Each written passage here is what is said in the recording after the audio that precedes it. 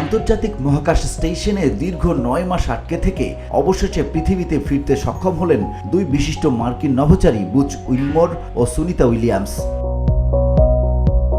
গত বছরের 6 জুন এক সপ্তাহের মিশনে আন্তর্জাতিক মহাকাশ স্টেশনে যান বুচ ও সুনিতা, কিন্তু বোয়িংয়ের যে ক্যাপসুলে তারা যান সেই স্টারলাইনার ত্রুটি দেখা দিলে এবং নিরাপত্তার কারণে তাদের সময় মতো পৃথিবীতে ফিরিয়ে আনা যায়নি।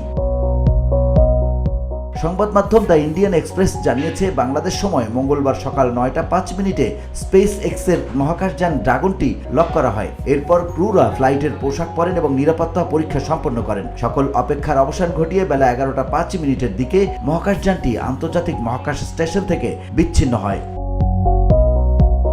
নাসা ক্রু 9 মিশনের অংশ হিসেবে ক্রু ড্রাগনে ফিরতি যাত্রা শুরু করার 17 ঘন্টা পর এই 4 নভোচারী পৃথিবীর আকাশমণ্ডলে প্রবেশ করেন। বাংলাদেশ সময় বুধবার দিবাগত রাত 3টা 57 মিনিটে তাদের বহনকারী ক্যাপসুলটি বিশেষ প্যারাশুটের সাহায্যে যুক্তরাষ্ট্রের ফ্লোরিডা উপকূল থেকে প্রায় 50 মাইল দূরে সমুদ্রে নেমে আসে।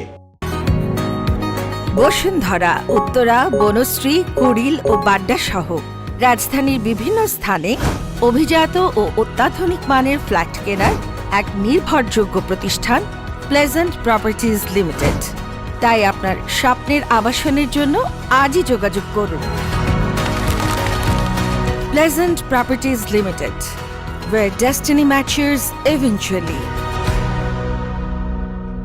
বুচ ও সুনিতা দুজনেই যুক্তরাষ্ট্রের মহাকাশ গবেষণা সংস্থা নাসার অভিজ্ঞ নভোচারী ও মার্কিন নৌবাহিনীর অবসরপ্রাপ্ত পাইলট। ক্রু ড্রাগনের এই ফিরতি যাত্রা নিয়ে ক্রু 9 মিশনের কমান্ডার ও নাসার নভোচারী নিক হেগ বলেন, কি অসাধারণ যাত্রা।